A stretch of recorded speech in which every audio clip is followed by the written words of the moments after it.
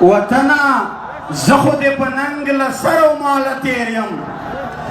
وطنه زه خو دې په ننګ له سر او ماله تېر یم خو وږدرانو دې شړلی او رټلی یمه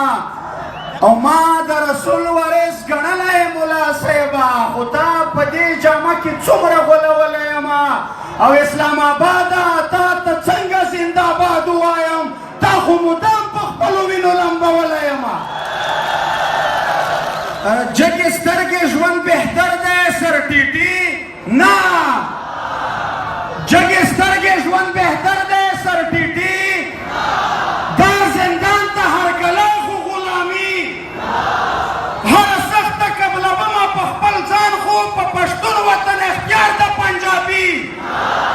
هره سخته قبلومه په خپل ځان خو په پښتون وطن اختیار د پنجابي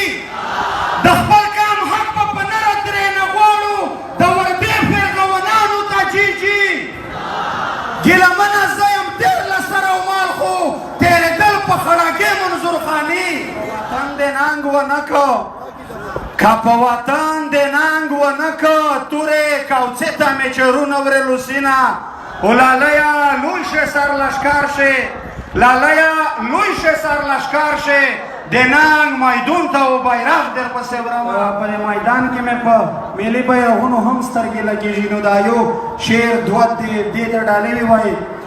هوا دې زما روح دی د لمر وړانګې دید د سترګو هوا دې زما روح دی د لمر وړانګې دید د سترګو له ځانه پر ما ګران ستا اوچت غرونه تر اسمانه او په خاوره دې سجدې کړم په اوبو دې اودسونه په خاوره دې سجدې کړم په اوبو دې اودسونه جنت ته به له تانه وړم ایمان افغانستانه یا حق یا ازادي غواړو له تانه توجه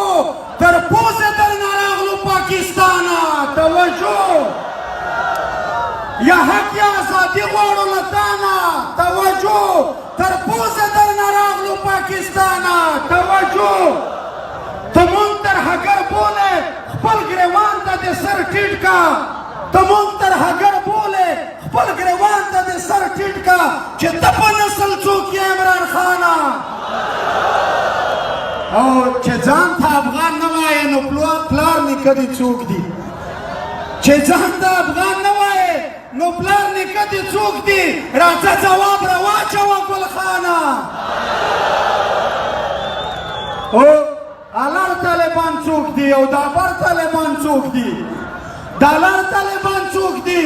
او د ابر طالبان څوک دي دا یوه کشه صفا فضل رحمانه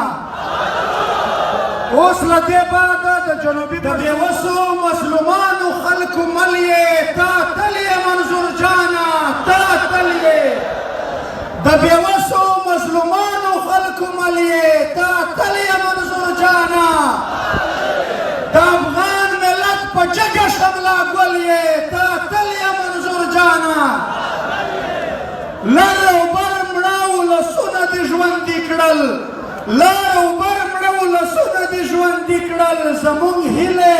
امیدونه دې ژوندي کړل له پېړیو د دښمن تر پلونو لاندې د نیکونو تاریخونه دې ژوندي کړل د میرویس او احمدشاه د پګړۍ ول یې تا تل یې منظور جانه د افغان ملت په جګه شمله ګل یې تا تل یې منظور جانه د پښتون ولس هر درد لره دوا شوې ته د وخت فرغونانو ته موسی شوې تار تار پروت کام دې په یو ټغر راټول کړل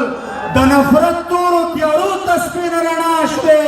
د ورورۍ غږ لا ټکو تر کابل یې تا تل یې منظور جانه اوس ستاسو په دروند استقبال کې د لر او بر افغان